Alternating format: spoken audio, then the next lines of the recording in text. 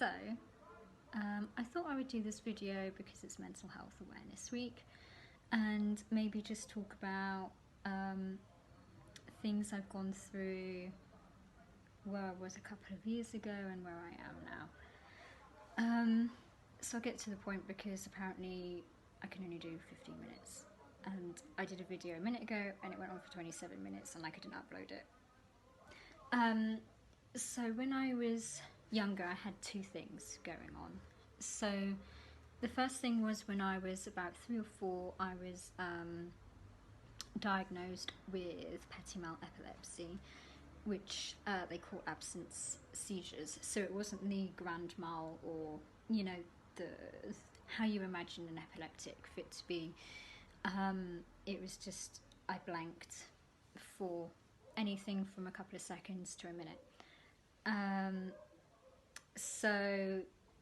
And I was signed off when I was 14. And that kind of had a little bit of a detrimental effect on, you know, when you're younger and you start wanting to go out and exploring by yourself, you know, just the neighbourhood or going to the shop or something. I was never allowed to go by myself. I had to have a friend or, you know, mum or dad or someone had to go with me. Which I think probably meant that the intrinsic moment of building up your confidence when you're younger was probably delayed quite a bit. And then on top of that, my teeth stuck out really badly. So I was bullied from like whenever my teeth came through, like 9, 10, all the way through high school. I hated high school so much. You know, I would go into school like this, you know, like the thing from the Addams Family. You know, going in trying to avoid people. Basically make myself invisible. And it just really affected my confidence. There was one bit that really still sticks in my mind, which was these boys chasing me around on the playground and basically saying, if we catch you, we're going to pull your teeth out and sell it for ivory. Kids are cruel, and words hurt, and it just, you know, because it's like part of how you look, it really made me feel ugly, unattractive, and not worth people's attention. Or if I did have people's attention, then it would always be negative. So that, you know, at that really important self-development time of your life when you're young and you're a teenager, it was really hard. And I think it's only really been this year that I've managed to shake all of that off, that negativity off. But it's taken such a long time, you know. And then the 20s, you know, it was fine. Like as soon as I got to 6th form, I was okay. I still had self-esteem issues and self-image issues, basically all the way through. I've had 5 braces, basically.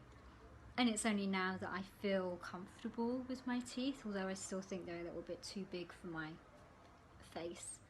But that seems to be in right now, so go me. Yeah, so it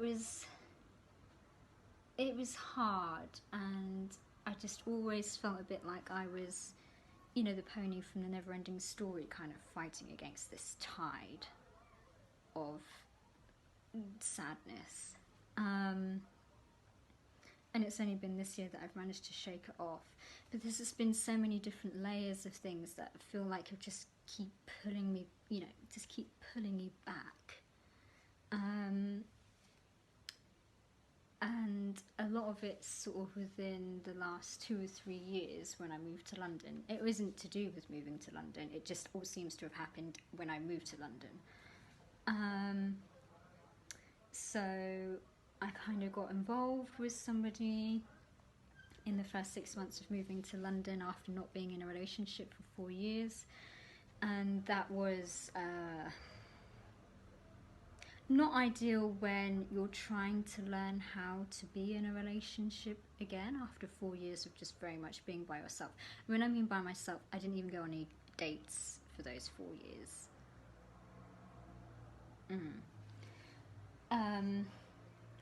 And it didn't end well, and I took it really badly. So within the first 2 weeks of that ending, I lost 2 stone. I went from 8 stone to 6 stone, and I've never really put it all back on. And then I started dating somebody else. In hindsight, I don't think I was ready to do that. But it was just the only reason why, this is going to sound silly, the only reason why I agreed to go on a date with him was because he said he loved St Elmo's fire. I thought that was a sign.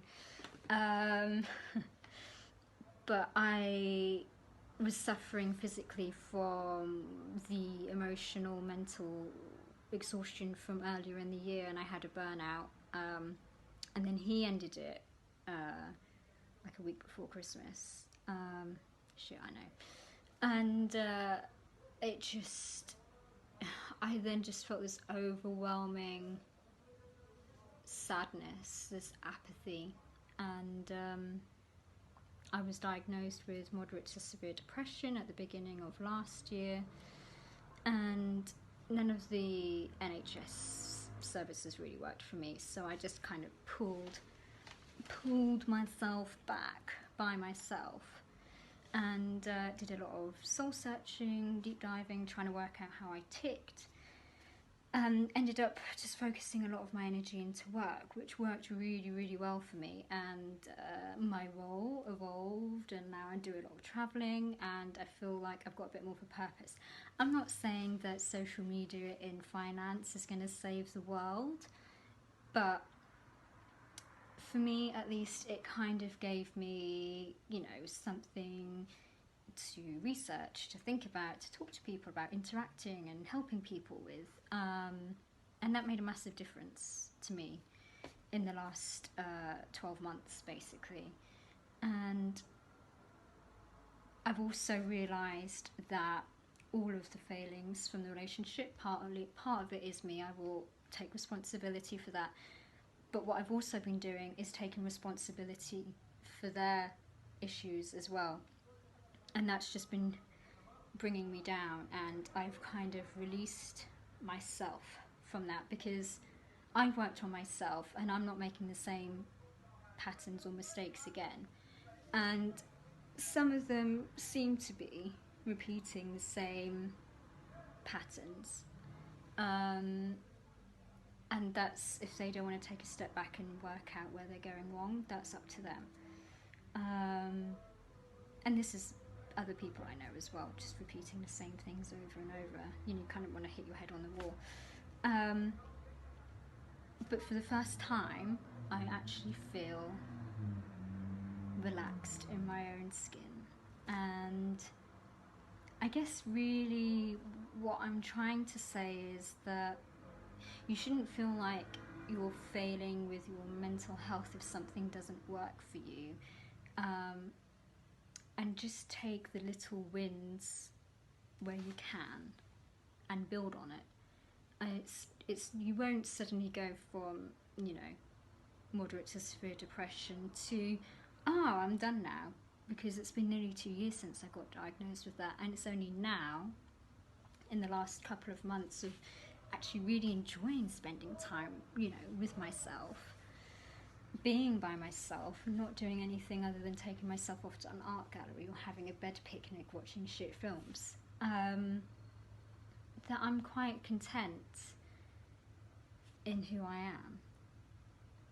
And it takes a lot of work, and you have to maintain that work, because sometimes I still catch myself going into that downward wallowing spiral, and you have to be aware of it and sort of drag yourself back and distract yourself, or concentrate on something that's productive. And I guess that's kind of what I just wanted to talk about, as it's Mental Health Awareness Week.